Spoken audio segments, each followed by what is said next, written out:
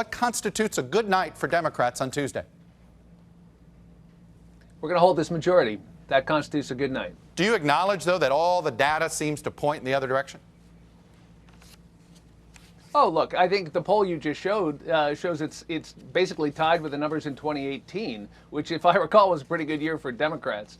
I think this race is razor close. And I think everybody who cares about the extremism in this MAGA movement, the racism, the anti-Semitism, the violence, needs to get out and vote. I feel good momentum. We're going to take back the House.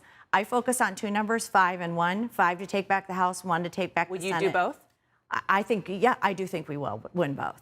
Take back the House and the Senate? I think we'll take back the House and the Senate. The party in the White House usually loses during midterms, but the reality is we still have a very strong pathway, not just to keeping the Senate, but really picking up seats in in Pennsylvania and in places like Wisconsin and North Carolina. This election still is in the balance, and the reality is we're bucking what are usual trends. And even though our economy is tough, people think about it and say, wait a minute, this is the party trying to protect unions. This is the party that made sure we did things to lower prescription drug costs and lower health care costs. That this is the party, at the end of the day, that's trying to protect fundamental freedoms like the right to control your own body. So I think that this is a tough election season. It's a midterm election.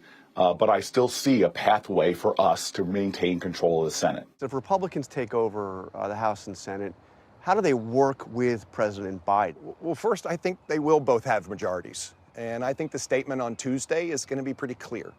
And I think there will be a larger majority in the House than people may have thought a few months ago. And I think there'll be a clear majority in the Senate. And this is going to be a wake-up call to President Biden, and I hope he answers it. Can you get 52 Senate seats without I think Pennsylvania? We're going to have a great night. Yeah, can you do it without Pennsylvania?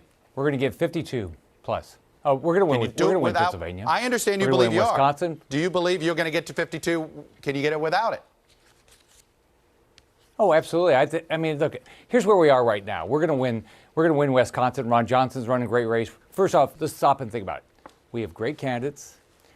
People are showing up to vote. There's no energy on the Democrat side. This election is about the Biden agenda. People don't like high inflation, high crime, open borders, fentanyl. That's what we're talking about.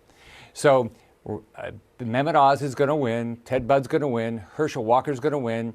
Adam Laxalt's going to win. I think we have a really good shot in Arizona. I think we have a real good shot in New Hampshire. I think we have a shot in Washington and Colorado. We maybe even have a shot, depends on the voters, in Connecticut. What I think here is you've got a clear choice. I was there at 4 in the morning, Dana, with Roy Blunt, Mike Pence, walking over that broken glass on January 6th, spray-painted columns. And when we got to the House of Representatives with the pages holding the boxes of the electoral ballots in those mahogany boxes, I thought, that's it. Democracy prevailed. Well, what I didn't know is that Donald Trump's shadow is looming over New Hampshire, looming over these states. There are 50% of Americans have election deniers on the ballot. We literally, these candidates are throwing truth out the window. They're shuttering the rule of law, and they are laughing at or dismissing political violence. I don't care if you're a Democrat, independent, or moderate Republican. Democracy is on the ballot.